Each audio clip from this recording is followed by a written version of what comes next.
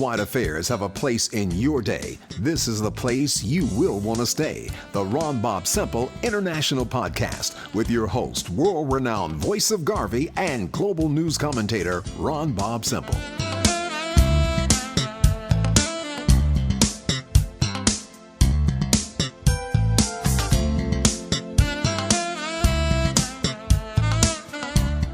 Greetings and welcome to the Ron Bobb-Semple International Podcast.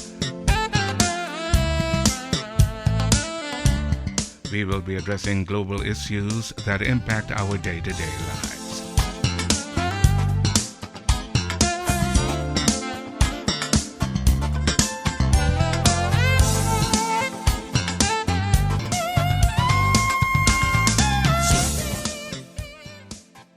Storytelling is the art of crafting a set of life experiences around a particular focus, intention, and desired outcome. It doesn't happen overnight.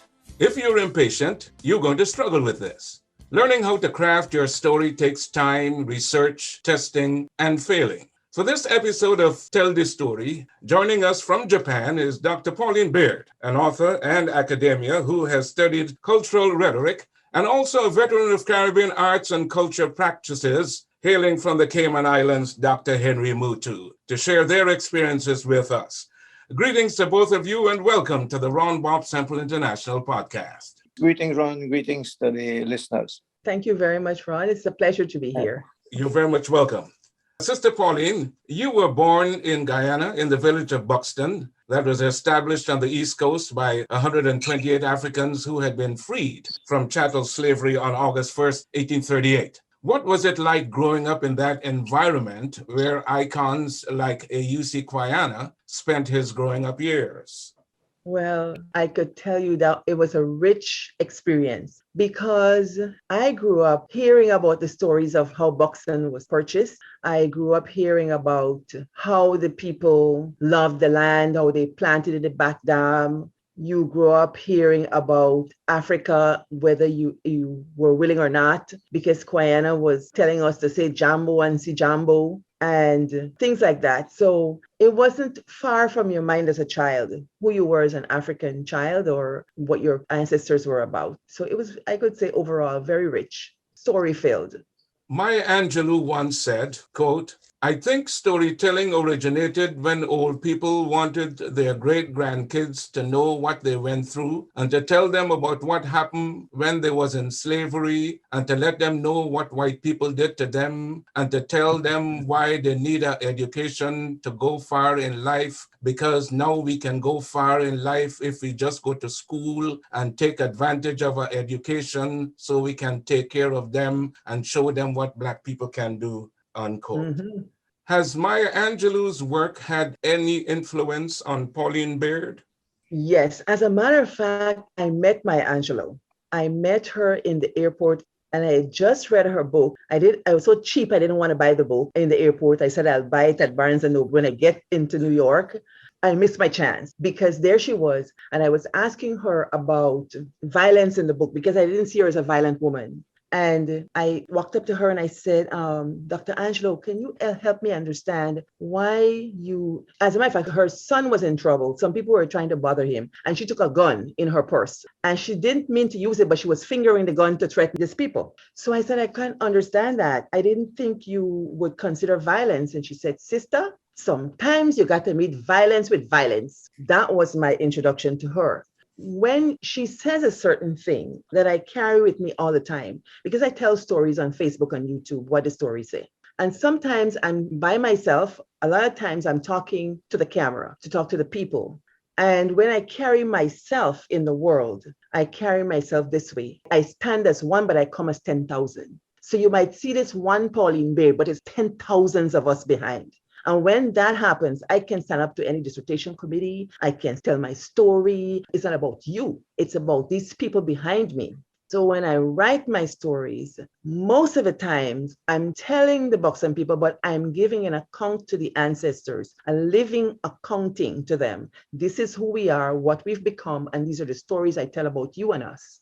Brother Henry, you are proud to have grown up in the district of Bobb-Semple, a suburb of the nation's capital, Georgetown in Guyana. How did the area get its name? I think I might have read it before, but I know that I don't know specifically what or who it was named from or for. What I remember of it, it's a narrow strip of land, basically. It may have been part of a plantation. As a matter of fact, I think it was a part of a plantation. And it is where what I call the poorer people of the country, you have to find a place for them. And I suppose that somebody had the bright idea of building this place and putting all these people who were working class of all races, as a matter of fact, and, which I think is what the strength of All Boys Town is or was. So I don't know the specific way the name was called. I mean, All Boys Town. I remember when I lived in Jamaica, I used to visit a place called All Man Town because, Jamaicans don't refer to people as boys. They would never call you. We use the word boy. We'd say, hey, boy, you up me? And they would never say that. As a matter of fact, one day in the School of Drama, I went up to a guy and I said, hey, what me, that boy? And he said, don't call like my boy. So it's something you don't do in Jamaica. They don't like the word boy because it has obvious connotations. But yeah, I mean, I think the strength of All Boys Town for me anyway was the fact that, my mother was Portuguese, my father was Indian. We lived in a yard which my aunt, I understood, owned. She and her husband owned it. But I remember my grandmother, who was her mother, having to pay rent, having to pay her daughter rent for the place. And my grandmother was in her 70s. That's when we moved from Sussex Street, because I was actually born at 61 Sussex Street, which was, where we call Rio Street, where the Rio Cinema was. It was right across if you come out of Rio, of what we call Rio Street. I don't remember the name of Rio Street now, but it's right there. It was a big yard called Lesser's Yard. There's a Portuguese man named Lesser. But then right next to our tenement yard, they had people of all races living, Indian people. And usually, if you know Pontrench Dam was generally Indian people. So All Boys Town, I guess maybe a couple hundred yards, right? So you had like James Street was in the center, if I can describe it sort of physically. James Street was the main street. It ran from La Penitence Market right down to a street called Calendar Street. And they were all set out in a sort of rectangular grid. But then James Street was bordered, or All Boys Town was bordered by Pontrench Dam and Sussex Street. And over Sussex Street then was the burial ground, La Pintier burial ground. So it was that narrow strip going right down. And then on the opposite side of Pontrench was this place, Pontrench Dam, which went straight onto Middle Road, La Penitence. And it's mainly Indians lived along there. I know that's where the punts used to pass. So you had this collection of Guyanese. And that's what my work has taken. Because while I'm interested in my own ancestors and my Indian and Portuguese sides and so on, I am much more interested in the people of All Boys Town. The piece that I'm doing now tries to give those people a voice. It's mainly the things we did and how we lived and the kindnesses that we showed, even though we were different shades and so on. In other words, in All Boys Town, if a man tell you about your foot and you tell him about your head and the story done right there, it was never something which was taken seriously. Seriously meaning, yeah, you get into fights sometime, but the fights were more Bajan type of fights. Not a fight, well, use an Indian and either black and use a Portuguese, and therefore we'll get into story because of that. I think there was much more kindness behind those fences, and that's what the work I'm doing now, and all of the work that I've done before had a kind of a mission to give the people of All Boys Town, who would normally be seen or who normally is seen as people with no sort of meaning to their life or very little meaning in terms of making contributions, is to give them a voice. After spending several years at the Theatre Guild in Guyana, you went on to study theatre arts abroad, graduating from the Croydon School in London, England, and later worked as a teacher, as you mentioned, at the School of Drama in Jamaica. But it was in the Cayman Islands, where you are presently, that your talents flowered with the appointment as artistic director of that country's Cayman National Cultural Foundation in the mid-1980s. Well, if I backtrack a little bit, because the story is chronologically, my work in theatre, my best work in theatre, in terms of my grounding in theatre, was done in Guyana and in Jamaica.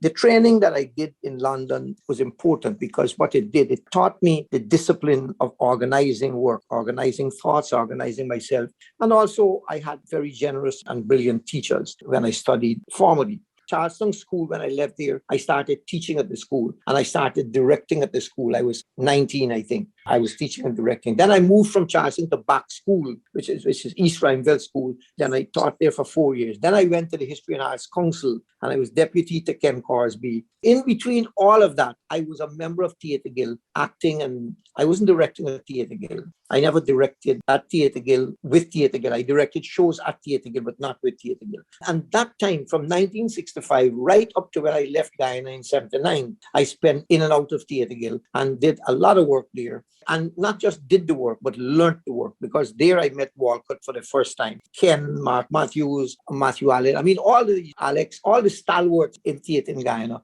And so I think if I have anything and I've learned anything, it started right there.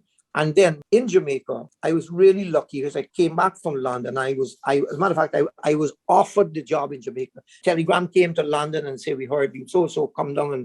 And I came down. And I'd only gone to Jamaica once, but I love Jamaica dearly, second only to Guyana and then Cayman. I lived there for 7 years working, and that's where I got the opportunity to do some of the best work I did in terms of design. Pantomimes, I did like 5 pantomimes. And one of the wonderful things about Jamaica, it is a country of 95 plus people that look like you, Ron. And you can take a look at me and see what I look like. And never one day have I felt like I was alien in Jamaica. They have something which says, if you have talent and you're good, we will acknowledge you regardless of who you are. And that's how I felt there. People like Dennis Scott, Roald Gibbons, and Eugene Williams, another Guyanese at the School of Drama who went on to become director. Then I came to Cayman, and of course, been now 32 years in this job. That's a very, very long time. That's probably some of the most productive years of my life. And I've done a lot of stuff. And, it's hard talking about stuff that you've done, because to me, the work, let other people talk about it. I hate to talk, but I just gave you that as a chronology. But I did spend 32 years. We didn't start the foundation in the sense of starting it with the law and so on, because the thing was there before I came. But it was really a theater when I was here and when I came back at first. And I think what Marcy and I did, my wife, who is Jamaican, we brought the place from being a theater into a cultural foundation, which has many arms and, which we deal with tangible and intangible cultural heritage, languages and so on, paintings and so on. Although we don't do paintings much now because we've given over that to the National Gallery. But we've done a lot of work here, and we're just about to retire. So I'm going to leave it there, and then you can continue, because I can talk all day. I am Pauline. What the story say? I come from Boston Village, Guyana. Since I was a child, I love storytelling. As soon as I learned that my mother made up many of the stories she told me, I started making my own for my sibling. Today, I focus on telling Guyanese stories in Guyanese languages, English and Creolese. In your book, Pauline, What the Story Say, you take an African-centered approach to connect people and practices beyond borders. What is your process in creating a story for tell? But actually, for the most part, the stories come to me, they bubble up. Sometimes I use memory, like recalling things, but I use a strategy that came to me much later as a form of streamlining how I tell the stories. I look at the strange familiar and the familiar very strange.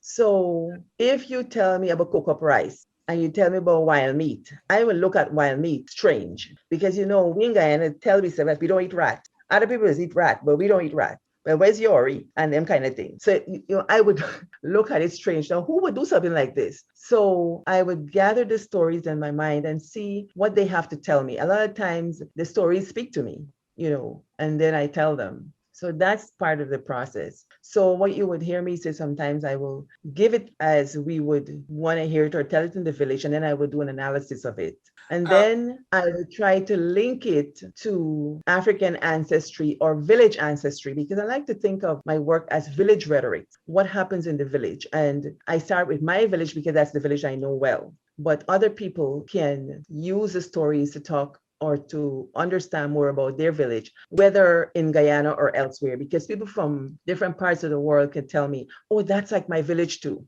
Has it ever happened while telling a story based on the audience's response that in the middle of the story, something triggers you and engenders a reflection, and then you slide it right into the story?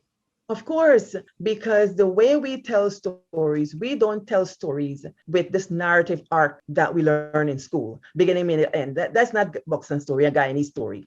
our story gets lots of sprangs and branches. We get side roads, we get off track, we come back. And so I don't try to quaff these stories. I tell them the way we tell them for as much as possible. It looks confusing, but that's the nature of our storytelling. It's like a yarn that needs unraveling, and you go where it takes you. And so I don't try to stop that process because I push back against making our stories linear. Our stories, Matty tell Matty and friend tell friend, and you get all kinds of diversions going on. You are a graduate teaching instructor in the English department at the Bowling Green State University. At the University of Guam, you held the position of an adjunct English instructor in the Division of English and Applied Linguistics, and you currently pride yourself as an assistant professor in the Central English Center at the Kanazawa Institute of Technology in Ishikawa, Japan. How have those experiences enriched you? Let me correct something there. I was a full-time instructor at University of Guam. I taught at the Institute of Technology, but now I'm at International College of Technology, Japan, as a full professor and head of the English department, tenured professor. So thank you for the correction. How it's influenced my work. In terms of comparative storytelling and linguistics, there's much to learn. How you find stories here. What drew me here is this whole business of community engagement. And I wanted to experience community engagement in this side of the world. So what I do here, well, now the COVID is here, so we can't do it, but I would have old people come into our school and I would tell stories, or we would read stories. That's all we do, tell stories and read stories. And as I read stories, I tell them about Guyana and the culture. So they've had black eyed peas and black eyed peas cook up. They've had roti. We made pilori with sour. So I'm telling these stories of how we make our food, engaging in a cross-cultural encounter. And then they teach me things as well. So when they look at me, they want to know where I'm from. So I come with the stories, I come with the food and everything. And they're very open. Yeah. The books you have penned to date include Navel String, What is Torisa, an oral tradition in the Guyanese village of Buxton, Whispers in Our Ears, Afro-Caribbean Proverbs, a journal. I refuse to end this chat without asking you to read a section from Navel String. Okay, so thanks very much. Navel String is a conversation, right? So it's going to be hard for me alone to read this conversation. That's how I hear the stories. So there are 5 characters talking, 2 kids, their parents are Guyanese and Buxtonians. 1 boy is in Africa, that's my African connection. And there's a water frog, and there's an old gentleman, and the gentleman is called Uncle Edwin. And that gentleman, I'm channeling Edward Fitzgerald Frederick, the one that did the Buxton Scholarship. So he is our muse, and he gives the adult view, and there's a boy in the village, and they're talking about Navel String. So the girl in America is Kay, and she said, all this time I was thinking that I am a whole intact person. I had never thought about navel strings. Now I'm learning that I already have my body part buried in the ground while I'm alive in America. This image doesn't leave my mind. It's difficult to believe that these days in America, people would bury navel strings. It sounds like something out of the movies. Dark night, chink, chink, shovel to frozen dirt, chink, chink, flashlight, navel string lowered into the ground, people looking around for the police. Marlon in the village, LOL, you got big imagination, girl. It sounds like a nice movie. D in Antigua, like you didn't hear when we say anything so far. I did, but in the 21st century in America, a burial, a ritual, a body in the ground, all this seems wild and might I add archaic. D. Are we talking about our navel strings here? Why are you talking about archangels? Not archangels, y'all. ARCHAIC. The word is archaic. It means ancient, old. You got that, D? You got that? D. Yes. So who are these archaic people that buried Auntie Rose player navel string, eh? Her dear grandmas? How can you be so disrespectful? Marlon in the village. Okay, D. She didn't mean it like that.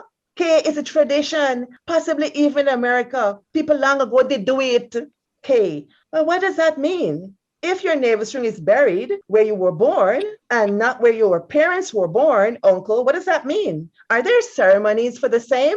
Can I have an authentic ceremony?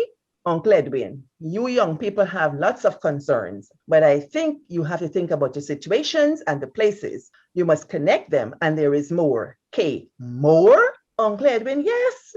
What if I tell you that people used to keep the navel string in oil and preserve it? And what if I tell you they use it as medicine for the healing of certain sicknesses? No way, no way. It is impossible. Prince Fuarke of Africa, it is possible. Just listen to your uncle.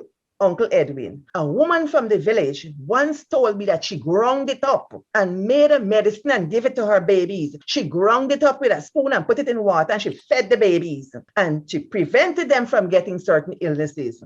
And then I met a woman in South Africa and she told me the same thing. They do the same thing as part of their tradition. Amen, said Marlon. D, that is some strange medicine. K, they got to be crazy. How can people be using navel string as medicine?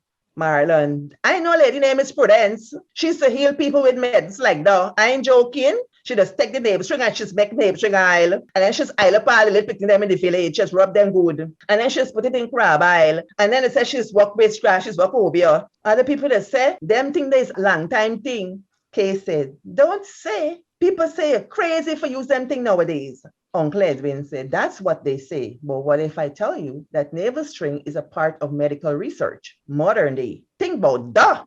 Eh? You mean to tell me navel string they in big high-tech hospital in America, uncle? I sure am. Look up the medicine and you'll hear about them fancy hospitals doing research with them stem cells. Is navel string it come from? Is navel string research? Ha! If that is true, how can we learn more about modern day and traditional uses of the navel string? Prince Fuarke, I am looking them up right now. Awesome. Nice. How can one get access to your books, Pauline? Amazon.com. Everything is on Amazon and Okay, they're Pauline. priced below $20. They're deliberately priced below $20 so that they can be affordable. $14.99 or thereabout. You can pick it up there anytime. Absolutely. Henry, in addition to being a professional painter, carnival designer, and historian, the working title of your current book is Daism. Daism, yeah. What is about? And I also refuse to end this chat without asking you to read a section from Daism. Yeah, well, this it's a book, and it's been sitting with me for a long time. As a matter of fact, I've read parts of it over 15 years ago. But my work at the foundation has been so intense and so all pervasive. There's no time to write. I can't write like people. I can't just write. I have to lock myself away and have no disturbances whatsoever to write, because I have to hear the words and hear and see the people and actually see the clothes they're wearing and everything. That's part of the process. Essentially, the novel is about the idea that you cannot return home. That once you have become an exile and you've left your country for any length of time, the only way you can return home is by locking the images that you have of the country. It's like an old photograph that you have. It's locked up there. And if you are not there to observe and live the changes that are happening, it is difficult, because even when you go back home, the people in the country recognizes you immediately. You think you talking Creoles and all these things, them fellas go back there and everybody turn their head and look at you. And it is a reality that we exiles have to face, and we face it every day. And it is a debilitating condition, because you want to belong. You know that you don't belong wherever else you go, that, you know, as Pauline said, your navel string buried it. And you know that there's no other country when you step off the plane or the boat or wherever, that when you arrive in Guyana, if you're Guyanese, you know you're home. It's the same thing for any other people. The name of I didn't know, I'm just writing. There's no name. I don't think about name or anything. And one day, Mark Matthews and I, we were walking on Lamahar Street and we saw Martin Carter. You know, he lived in the area. We walking casual, and Mark said, look, Martin. And you know, this tall figure just striding along the pavement. This was, I don't know, maybe 90, maybe 91, 90, somewhere like that. And so we ran up and said, Martin. And so we started the gaff, you know, and he said, what you doing now? And I said, well, I'm working on something, you know, and so on. And I explained to him the thing. He said, Daism. And I said, okay, well, that's the name of the book. He didn't tell me that the name of that. You know the phrase "Doizom." I mean, Doizom mean all kind of thing. You know, if you say, man, let me go back down. You say, what time? 2:00. Doizom. You know, that is it. It literally translates, mean that is it. But it means much more than that. It's an understanding between people that the time is right, we're ready. Again, this is multiple characters. I'm not going to try to do the characters. I'm going to just read a little piece. This is about the fellas. The guy is driving in a car. He's been picked up at the airport. And as he's driving, coming back down from the airport, passing Safon Street into Sussex Street, he's going to see where he lives. Because the reason why he's returned home is that one day he's in the cold in the country, which is nameless, where he lived. And he sits down feeding pigeons. He looks at the scene, and the scene is so beautiful. He realizes that he's falling in love with this country in which he now lives. And he doesn't want that to happen, only because he promised when he left home that he would return. And that he realizes now that he can only be in his head. The return can only be in his head, that he wasn't going to go back. And he panics and he decides, okay, I'm going back home. I'm going, and you know how we just go back home and say we're going to renew and refresh our batteries or whatever it is. So he goes back home and he's in for a shock because he doesn't realize he didn't plan for what he was going to see. Because at the time that the novel is writing, the place is in a little bit of a disarray, you know. But the thing is more about people talking about their own experiences. So let me just read this little piece for you. I don't know how far I'll get. They were fast approaching the YMCA. In the days before Walter left Alboystown, the Y was home to the Alboystown Gaffmen, fellows known only by their sobriquet: Uncle, Saddlehead, Prickle Puss, Golunks, Small Dunce, Pumpy, Worry, Dinky, Presser, Bosun, Potagee, Starch, Big Head, Saddlehead, Ugly American. Rad slowed the car, easing it onto the parapet, and turned to Walter. Check out the Y body. Enough memories, eh? Yeah, enough memories, Walter reminisced. I remember when we used to sit on the bridge there with Worry and Uncle at 4 a.m, eating brand new butterflaps just out of Bajan Baker shop. And she'd talking till Uncle Father Cock bust up the morning with one big set of crowing. Them was good days, buddy. Good days, I tell you, Rad said. Yeah, Walter said in a heavy bluesy tone, stretching the last vowel. All of a sudden, independence come and things start to get harder and harder. And just like the whole line broke up. And that was all Aliatase to Uncle Sam land, all except Uncle and Silvio. The two of them still here battling for dignity that is always one step ahead of them. I guess after one time is another time, right? Why you expect? Betty said. This Betty is the wife of the guy who's driving the car, right? Why you expect? Betty said, seizing on the crevice of silence that followed before Walter could respond.